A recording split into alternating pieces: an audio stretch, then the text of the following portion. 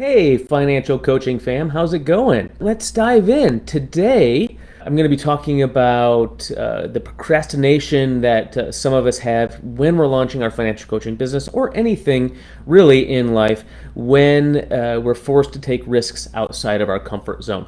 For those of you who don't know me, I'm Michael Dickey. I am co-admin of the Financial Coaches Unite group. I'm co-founder of the Financial Coach Academy. I am also co-owner of the Physical Fitness Phoenix Financial Coaching, and I am a former Harlem Globetrotter. Yes, that's true. I was her athletic trainer about 13 years ago. So, and don't tell Kelsa, but if we weren't married, I'd still be doing that. But here I am, and one of the things that I really love that I found out about myself is that I love helping people, and I love helping people figuring out what's going to make them better. My background is in sports medicine and physical therapy. That's what I did for almost 20 years. And, I was able to do that with them then. And now it's really cool because in our business, I'm a certified Kolbe consultant. So I use the Kolbe assessment to help our clients and financial coaches figure out what their strengths are and how to harness those and engage in their strengths and avoid stuff that they don't do. So, like I said, we've been using the Kolbe assessment for more than 2 years now since I've been certified, and it's just been kind of a game changer for me personally, for our team personally, for every client that we worked with and every financial coach that I've worked with. And we use it through all facets of our business. So it's been really exciting to see that grow and see the change and the growth that we can help people with. So I'm excited about that. I've done quite a few other videos on Kolbe assessment. So if you've seen those, you probably have a good idea of what Kolbe is, but I do want to give a brief overview for those of you who aren't familiar with it. So please bear with me for just a quick couple minutes here.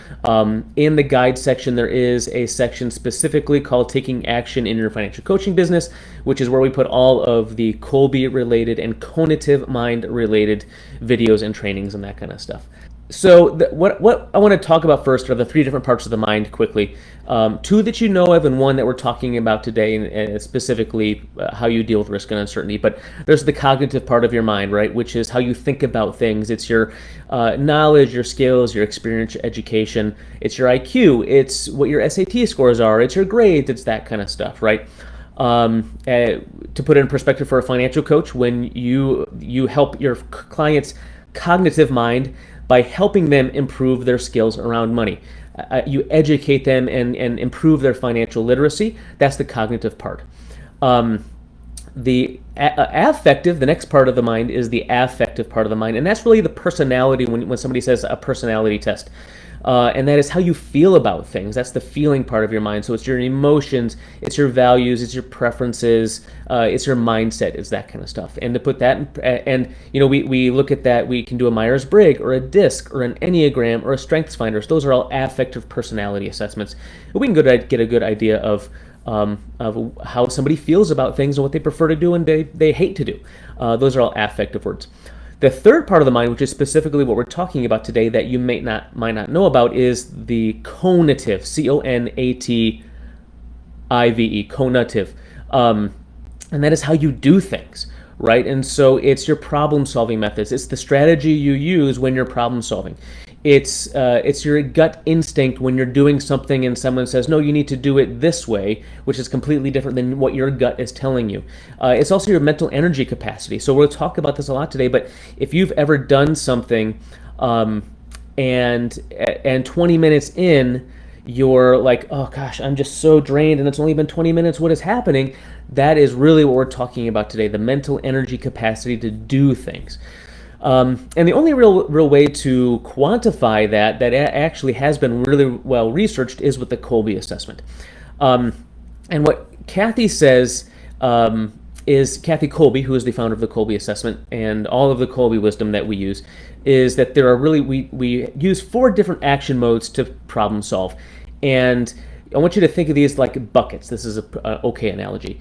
And those buckets are all different sizes, okay? So if it's from a 1 to 10 size bucket, I'm a 5 in how much I gather and share information. I'm a 3 in how much I plan and organize. I'm a 7 in how much I deal with risk and uncertainty. And I'm a 5 in how much I use tangibles and space. When you're problem solving or taking action, you get a lot of water out of the bigger buckets and only a little bit of water out of the smaller buckets. But if you have a small bucket, say in quick start, which is how much you deal with risk and uncertainty, but the job And so you only deal with risk and uncertainty like a Dixie cup size. But the job of a solopreneur, entrepreneur, and financial coach requires you to actually have a big gulp size bucket to solve all those problems. Then that's a big difference, right? And you're going to run out of water. You're going to run out of that mental energy capacity. So in reality, you actually procrastinate even using that little bucket because you know you won't have enough water in the first place, so why even start? So let's talk about the specific action mode or bucket that deals with taking risks and dealing with uncertainty. If at any point during this you hear me say something that really resonates with you or sounds exactly like how you operate, I want you to say so in the chat. Own that. Say, that's me. Oh yes, I totally feel that. Oh my gosh, whatever you want to say, but let's own that. Then tell me how specifically that is showing up for you and what task or project you're working on, and then maybe we can brainstorm some solutions after the end of my presentation here. So, but let's all start to own our strengths, because these are all strengths, and that's what's super cool about Kolbe, is that it's all about your strengths. The caveat is that when, and I'll say this many times because I think it's important that we all realize this, is that with your Kolbe and your cognitive mind, research says that it does not change. It only changes 5% of the time over 10 years, compared to a Myers-Briggs results, which changes 50% of the time over 10 years. So 5% is a statistically significant average for all four action modes, so that we can't change how we operate. We can't change how we problem solve. So we have to own our strengths and know that the only thing that we can change are the tasks that we do, not how we do them. So let's give ourselves permission to operate how we naturally operate. Don't do the things that we literally don't do, and only work on our strengths. This is our true zone of genius. Okay, so really quickly, what is Quick Start? This one action mode that we're talking about, and it's really how much time you spend dealing with risk and uncertainty. And it's all on a spectrum, but we sit in the same spot in the spectrum for our whole lives. It does not change, so no matter how hard you try to power through it, you won't take any more or less risk than you do naturally. So there's 3 different zones of the spectrum that we live in, and they're the most important. Now, yes, if you have taken the Kolbe, there are 10 numbers, but the zones are what's really important. So when you're at the highest, you're 7 through 10, and that's called initiating, because that's the biggest bucket that you use. That's the first bucket that you use to start to problem solve. So this is where Kelsa and Jill and I sit. Kelsa and I are a 7 in Quick Start. Jill is a 9. So we're innovators, we're risk takers, we're improvisers, and we're experimenters, right? We're presenters, we're promoters. This is absolutely a strength when it comes to building a business from scratch, because we will try something new and different and untested and see what happens, and learning from our mistakes. Okay? Now, at the other end of the spectrum is called resistance, and that's the numbers 1, 2, or 3, and this is where Coach Jacqueline sits, and this is absolutely a strength because she mitigates risk. She sees how something new will actually fit in the current picture, so there is a higher probability of success limiting failure, right? This is also a huge plus on the client-facing side of being a financial coach, because you are helping your clients make decisions that mitigate risk and are proven to be successful, right? So, like I said, it's a strength. But the hard part is that being an entrepreneur does require a certain level of higher risk taking, and that just isn't you if you are this 1, 2, or 3 resistant or minimizing Quick Start. And 1, 2, or 3 does not mean failure, and 10 and a high does not mean perfect. It's the spectrum, and they're all strengths. So I really want to reiterate that many times today. So resistant Quick Starts, or minimizing Quick Starts, you want the proven system that works every single time. You want to make sure that everything you do has a low chance of failure. You don't do the experimenting and trying new things that are untested that is necessary to be an entrepreneur, and that's okay. There are tons of entrepreneurs and extremely successful entrepreneurs that also just happen to be resistant Quick Starts. Now, those people, more than anything, are using some of the strategies that we're talking about today, and some of these things you might already do. These are our instincts, right? So we know we do them, we feel them, but we've just never been validated enough to know that this is what we do. So let's harness that, right? One example of Jacqueline is an amazing financial coach, but when she first started working for us, she really needed specific scripts to follow for Q&A calls, for discovery sessions, and for everything. And that's fine. Kelsa and Jill and I, we don't need scripts. We need maybe some bullet points and some talking points, but we can go off topic, we can improv, go off the fly, all that kind of stuff. But a resistant quick start does not do that. But once Jacqueline practiced and went through all of the scripts and memorized them and got experience using them, she gained significant confidence, and now she doesn't really need the script, right? Because she knows specifically what to say in every situation. So if you are looking for scripts, I think the mindset shift you need is that the conversation you will be having is maybe not to follow a specific script, but thinking about it like following an algorithm. So maybe you do start to come up with a script, but it's more of, here's the talking point, the conversation goes 3 different ways, and then here's the outcome, right? And then that goes 3 different ways, and here's the outcome. You can at least follow along, and it's not scripted quite so much, but at least you have answers that you can follow once you've practiced that. So just something to think about, that it's that conversations like that should not be scripted, because the client's going to always comes out from left field with a question or something that you're always going to be unprepared for.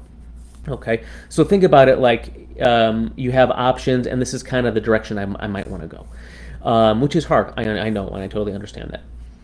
But how many of you feel really guilty or feel like a failure because you have been using our systems or someone else's processes or someone else's baby steps, and it's not your own thing, and you feel that makes you a bad financial coach or unsuccessful or unworthy? There is absolutely nothing wrong with that, as long as you give credit where credit is due, right? And that is how you as a resistant quick start ensure success, because that is a proven system that has a low chance of failure, right? So lean into that and own that. That middle zone, so we talked about initiating 7, 8, 9, or 10. We talked about resistant 1, 2, or 3, which is really what we're talking about today. And then the last caveat, there's a 4, 5, and 6 right in the middle. And basically those people can take some risks and follow some innovation, but they also mitigate risk in the most risky options. Resistant quick starts. If any of this is starting to sound like you, know that it's not that you don't take risks. It's not that you can't take a risk, but you really only take calculated risks, right? You try to fit new things into what is already working, because there's already a modicum of success, right? Let's try to fit something new into what is already working, right? You don't experiment, because experimentation means that there could be some failure. And while I and Jill and Kelsa, we see failure as success because we're learning from them, that's not necessarily the mindset or how resistant quick starts do things or think about things. You want to follow scripts to eliminate unknowns. You want the proven system that has the least likelihood of failure, and you don't cope well with unknown challenges, okay? But this is still a great strength to have, because you reduce risk, you reduce mistakes, you create undeviating standards, and you conform to accredited concepts that are generally approved to be like successful and have a good track record, right? So that's great. That is absolutely a risk. But like I said before, being a solopreneur does require more risk and more quick start than what you naturally have for the most part. You need to experiment more than you naturally do. You need to ad-lib and improv more than you do when you're having conversations with clients or referral partners. You need to try new things and innovate more than you do. There are only a handful of comprehensive resources available for financial coaches that provide a proven system that has a high percentage of success. So because of that, and because maybe time-wise or financially-wise you can't invest in that quite yet, you're forced to do it on your own. And when you don't do that and you're creating all this risk and you're going along with all this risk, you're just kind of at a standstill and you're procrastinating. But remember that there is nothing wrong with that, but that task or that job, that role of being risk averse, and actually the task is having to be more risk tolerant, is not what you do. So we need to do something about that, right? Being forced to work with all that uncertainty is pretty stressful, and this makes you procrastinate. It's in these moments where the cognitive requirements of the task and tasks are significantly different from the strengths that we have, and this is where we procrastinate. When you are working something in your financial coaching business that forces you to take more risks than you naturally do, what do? You procrastinate, or you don't do it at all. You put it off, okay? You'll work on the other stuff that is the systems or the research or that kind of stuff, but you won't work on the actual application or the rolling it out, because all of the risk has not been mitigated yet, when there's no way for you to mitigate all that risk all on your own. So here's an example, and it's not the risk example, but I'm a resistant in follow through, which is how you organize and plan. So I spend a minimal amount of time planning organizing and putting all of the pieces of the puzzle together before I move forward, right? I like to do things randomly. I work on multiple things at a time. I don't need to get closure on something before I move on, compared to people that are systems creators that want to make this beautiful 25-step system that have multiple redundancies and worst case scenarios built in. I'm like, we'll figure it out. We'll just go with it. When I'm forced to do something that requires the strength to actually plan and organize and follow a system, like auditing our CRM automations or that kind of stuff, I literally, one, have no idea where to start. Two, not going to account for every step in redundancy, so I'm going to drop the ball. I'm going to miss some things. I literally, after 20 minutes, want to stab my eyes out because I'm so mentally drained from trying to build a system, which I don't do. And then if it's just something that I have 25 other things to do on my to-do list for the week, I'm going to procrastinate and just push that off because, it's not urgent, it's not important, and because I literally don't do that. Like I said, there are literally tons of successful solopreneurs and financial coaches that are resistant quick starts, but what you need to understand is how to be an entrepreneur and do it your way while mitigating risk as much as possible. When you're forced to do a task that you don't do, you have three options. You can delegate it, so give that to someone else. You can delete it, and what that means is if the task really provides no value to your business, don't do it. It's not worth your time and mental energy. Right? Or you can do it your own way, which is in this case, the resistant quick start way to do things. So let's talk about some strategies to help you make as many calculated risks as possible, reducing your risk, but still taking steps forward in building your business. Okay, who's ready? Here are some things that we can absolutely delegate. Okay. And when it comes to risk, you can delegate the risk to someone else. Specifically, the Financial Coach Academy and our team, right? Let others who are initiating quick starts, we've done all the risky stuff. We've done all the experimenting, and you can learn from our success and our failures because we're okay with trying those failures because we say, that didn't work. Well, I learned a lot about that, okay? And I want you to learn a lot about our failures too. First and foremost, the Financial Coach Academy is this step-by-step program that also allows you to learn and build your financial coaching business at the same time.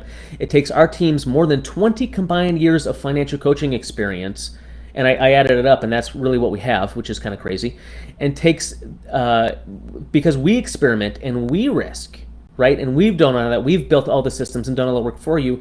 Now you know you have a specific plan that has a high success rate, right?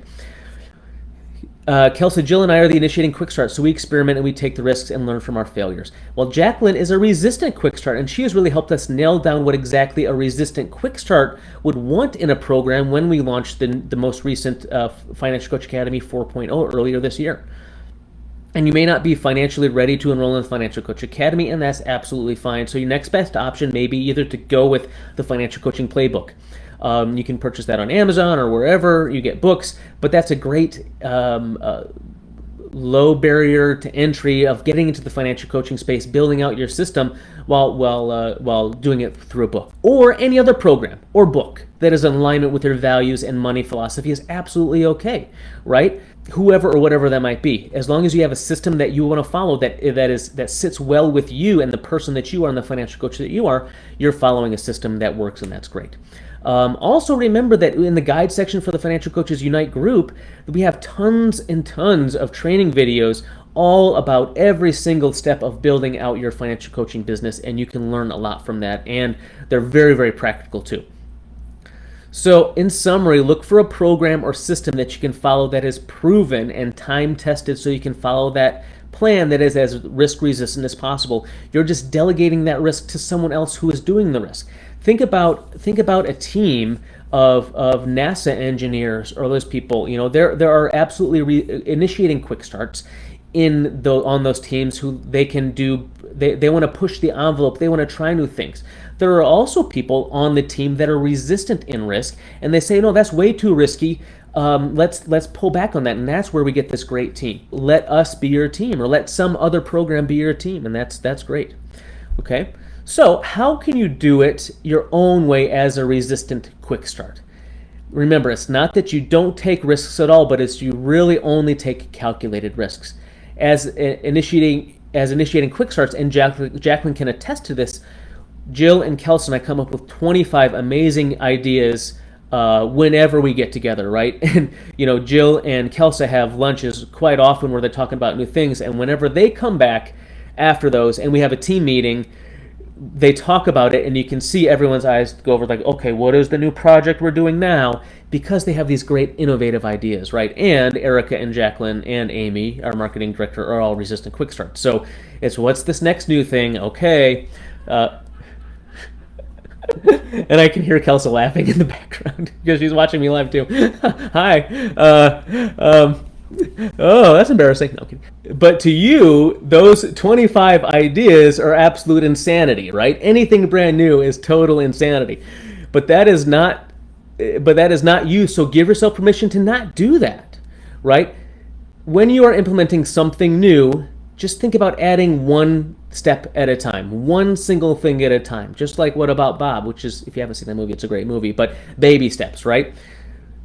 Don't expect and be okay with adding 20 new concepts or 20 new tools or 20 new things into your business. Do the one thing you want to add and incorporate it into what is already working for you. Once you get a feel for how well that is working for you, you can then add the next thing into your process. So for example, you want to incorporate a recommended client success journey into your program. So this includes a prospect Q&A call first, which leads to a paid discovery session, which then leads to an invitation to 6-month long-term coaching if you and the client feel it's a good fit, which then leads to either recommitment for another 6 months or periodic, semi-annual, quarterly, annual coaching, whatever that might be, that kind of success path. Adding all of those into what you've already kind of started to do with maybe your family or friends or what's on your mind is probably really overwhelming. So just pick one of those that seems to resonate the best with what you're already doing. So maybe it's just the Q&A phone call part first. Maybe you're doing a free discovery session first, but really you want to qualify those clients, which actually makes sense, and you're actually mitigating risk more. So do a free 15, 20-minute Q&A call, whatever that might be, to talk them through the process, listen to what their problems are, and then help them see if you are a good fit for them and vice versa. Adding all of those steps at once would absolutely be way too much change and way too much unknown all at once. And so doing this kind of baby steps, implementing one thing at a time into what is already working for you, it may cause you to move a lot slower than other people you see in the Facebook group or that you're seeing around you or whatever. But your pace is perfect for you, okay? Next, don't set yourself up for failure by setting short, urgent, and firm deadlines, okay? As resistant quick starts, as a 1, 2, or 3 in quick start, deadlines, and especially short, urgent deadlines, and maybe you can attest to this. If this is you, let me know. But those are super stressful to you, okay? So because firm deadlines are very binary, right? Either it's failure or success. Either I hit that deadline or I'm a failure, right? But to an initiating quick start like Jill Kelsa and myself, we actually need a deadline because we're going to work up to the very last minute of that deadline to get it done.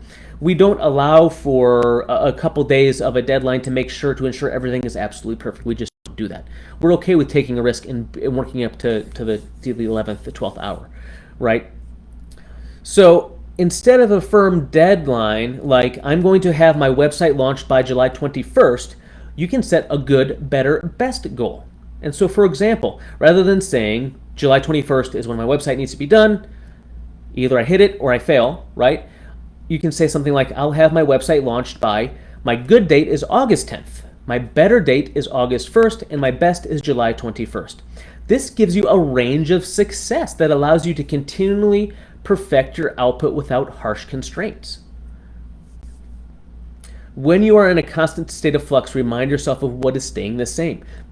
That consistency will remind you that you have a lot of other stuff that is working just fine and not causing you any uncertainty. Yeah, and then Kelsa says, exactly, hard deadlines all the way or is not getting done, and that is 100% accurate for us initiating quick starts. We need a deadline or it ain't getting done. And we need that urgency to get something done. Okay, next point. It's totally okay to follow the success of others and learn from their/our mistakes. Don't feel that you need to recreate the wheel. Give yourself permission to take the systems and programs that we have created and use them appropriately while giving credit where credit is due, right? You're going to use those, harness those, memorize those, practice those, and fine-tune them, and then personalize them as you get familiar with them, okay? Those are some of the things that you can do for yourself to honor your resistant quick start. The last thing you can do, so we talked about delegating it, do it your own way. Now, how can you delete something? So really, you just have to ask yourself if that task or that project or whatever you're working on is actually valuable to you and to your ideal client. Ask yourself, what's the ROI on the time you're spending building out this thing and not working on the thing that actually is going to be the big money maker for you, or extremely valuable for you and your business. If the ROI or value is low, get it off your plate. Don't do it. Focus on more valuable things. Once you get the basics set up, which is the coaching program, and then I think the next important thing is the referral partner building and lead generation and that kind of stuff. Anything after that, you can always come back to that later when the actual important foundation and framework has been built out. Okay, so those were some of the very practical applications of delegate it, do it your own way, or delete it, right? Let's talk about some mindset shifts that resistant quick starts may need to start to think about. So the first thing I want you to do is when you're kind of butting up against that risk, that procrastination, that saying, okay, I'm not quite ready yet, I don't know if it's gonna be perfect, you need to ask yourself really, and be honest with yourself, what's the real worst thing that could happen if I move forward now? Because sometimes we spend so much time worrying about what the worst case scenario is, or having to say I don't know to someone, or hearing no, or saying the wrong thing, that we actually never focus on the positive side of things that people could say or that could happen. What if they say yes? What if everything that you say resonates with them and they're super excited after meeting you, right? What is really the worst thing that could happen? Thinking of all the things that could go wrong and not putting you in a position to take excited or empowered action. I'm going to say that again. Thinking of all the things that can go wrong and that will go wrong is not putting you in a position to take excited or empowered action. What story are you telling yourself that is saying that if I don't do something 100% perfect, this lead, this prospect, will go tell everyone how much I suck, that I'm not going to get any business, that it's going to be my downfall? If you put it into that perspective that what's the real worst that can happen, the likelihood is that client, if somebody does say no, it's either that no, it's no, not right now, but eventually because you feel that they're a good fit for you. But also it could be that they're not the ideal client for you anyways because what you're saying is not resonating with them. That's okay. It's okay to hear no. I want to hear no's because if I say yes to everyone, we're not getting only our ideal clients, right? And that's where you start to hate your job and you hate your business and you hate being a financial coach because you're not working with the right people. Next thing, besides asking yourself what's the worst that can happen, make a pro and con list of moving forward. Sometimes we get stuck in our heads that the worst case scenario will actually happen if there is just a small mistake, right? More than likely this won't happen, so seeing things in writing in a pro column and a con column is probably going to mitigate a lot of that self-negative talk that we kind of get in the spiral of. If I'm at 80% complete or if I'm at 80% good, what are the pros and cons of just moving forward? Because 80% is actually pretty darn good because you can kind of fudge 20% and still do amazingly well, right? There is this range of success and it's not 100% is not success and everything else is failure. 80% in that messy action, like Kelsey likes to say, is actually quite effective, okay? So take some messy action when you're at 80% and you're still going to be extremely successful. Remember that financial coaching is a relatively new field, and a lot of what you need to know is really based on experimenting and experience. Because of all these unknowns, to resistant quick starts who don't experiment, this can cause a lot of stress, indecision, and procrastination. But really don't think that you need to be taking risks and doing this all on your own. Remember what we talked about. Follow someone else's successes and failures and use that systems that has worked and that is proven to work. And Financial Coach Academy or the Financial Coaching Playbook is a great place to start, right? And the videos and the guides are so extremely helpful.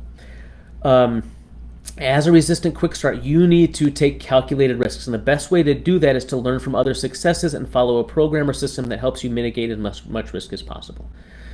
Okay, so I'm curious, what has resonated the most with you? What is the one takeaway from this that you thought you're going to use and you're going to take action on?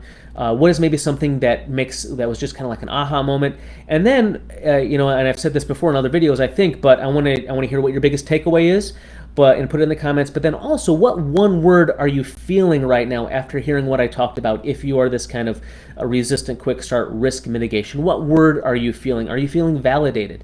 Are you feeling confident now? Are you feeling empowered? What are you feeling right now after hearing about yourself a little bit more?